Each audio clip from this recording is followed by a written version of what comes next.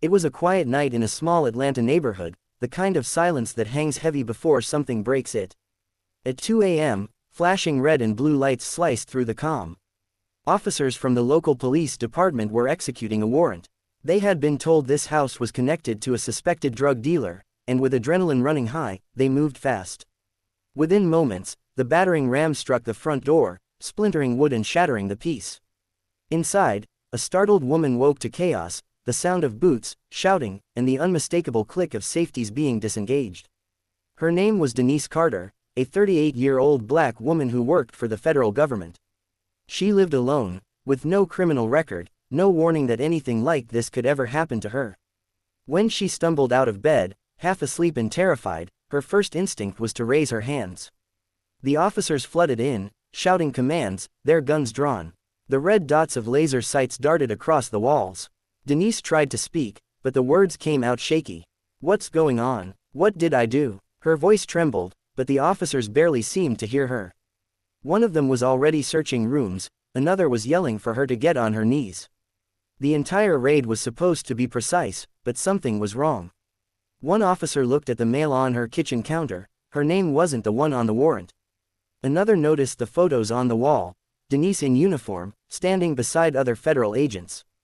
There was a framed certificate from Quantico, but it was the jacket that froze them all, a dark blue FBI windbreaker hanging neatly on the wall near the hallway.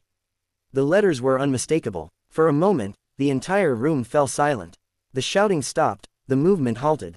The lead officer lowered his weapon slightly, his eyes darting between the jacket and the woman in front of him. "Ma'am, you work for the Bureau?"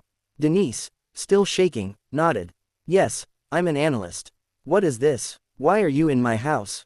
Her voice grew stronger as she realized the mistake. The officers exchanged nervous glances, realizing the gravity of what they had done.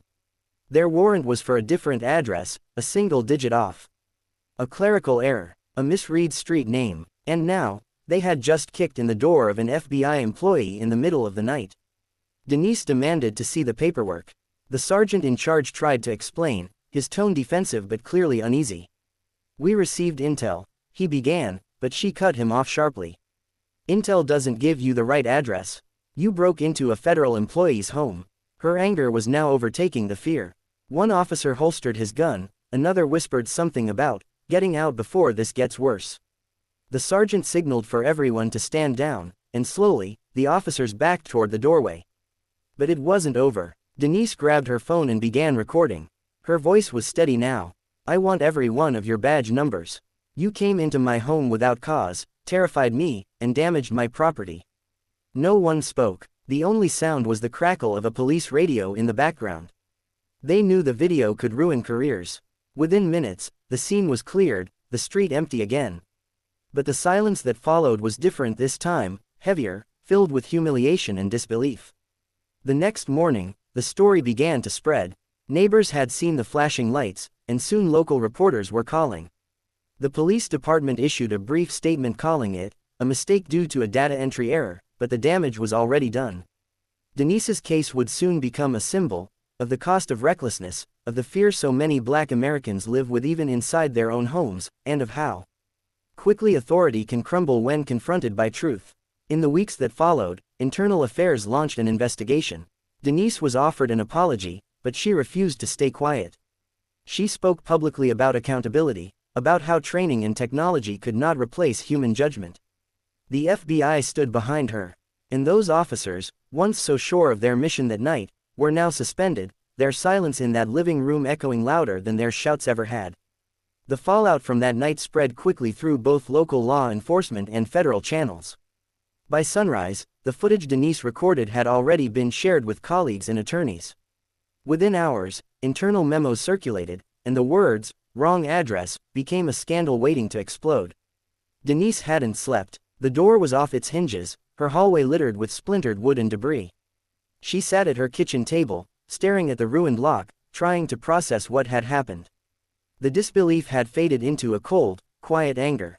She had worked for years to build a career built on trust, precision, and respect for the law, and in a few reckless minutes, that same system had turned her into a target. Later that day, 2 FBI supervisors came to her home. They surveyed the damage in silence, taking photos, asking calm questions. Denise gave a clear, professional account of the incident, her tone clipped and unwavering.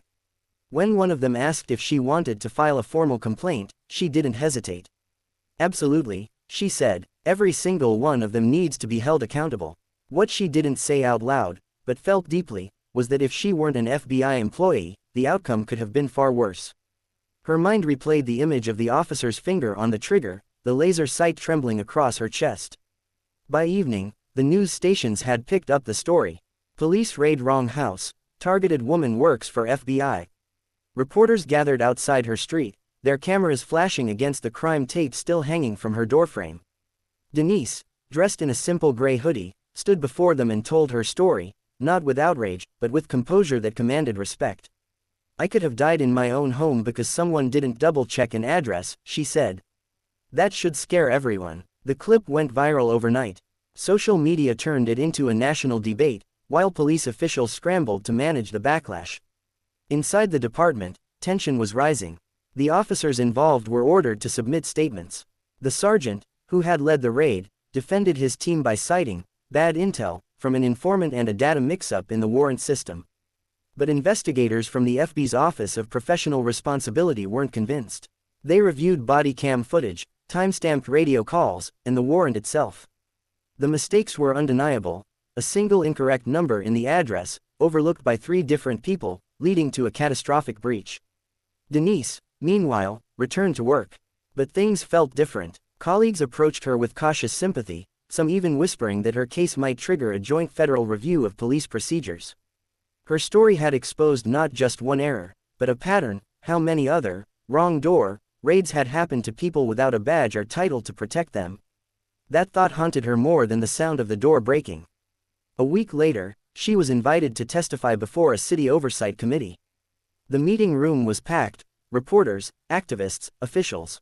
She sat before the panel and spoke quietly but firmly. This isn't just about me, she said.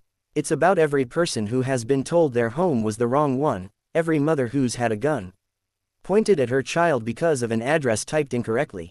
The room was silent as she continued. You cannot call it a mistake when it's someone's life on the line. That's negligence. Her words echoed long after she left the chamber. The department, under immense public pressure, suspended the officers and announced reforms: new address verification protocols, stricter warrant approval steps, and body cam footage audits. It was progress, but Denise remained skeptical. Change, she knew, only came when someone refused to let silence bury the truth. Late one night, a week after the hearing, she walked past the same FBI jacket still hanging on her wall. For a moment, she stopped and stared at it. The letters no longer felt like symbols of safety. They were reminders of fragility, of how quickly the line between authority and victim could blur. She wasn't just an analyst anymore. She had become a witness to a system's failure, and now she intended to make sure no one else had to wake up the way she did, to the sound of a door being broken down in the dark.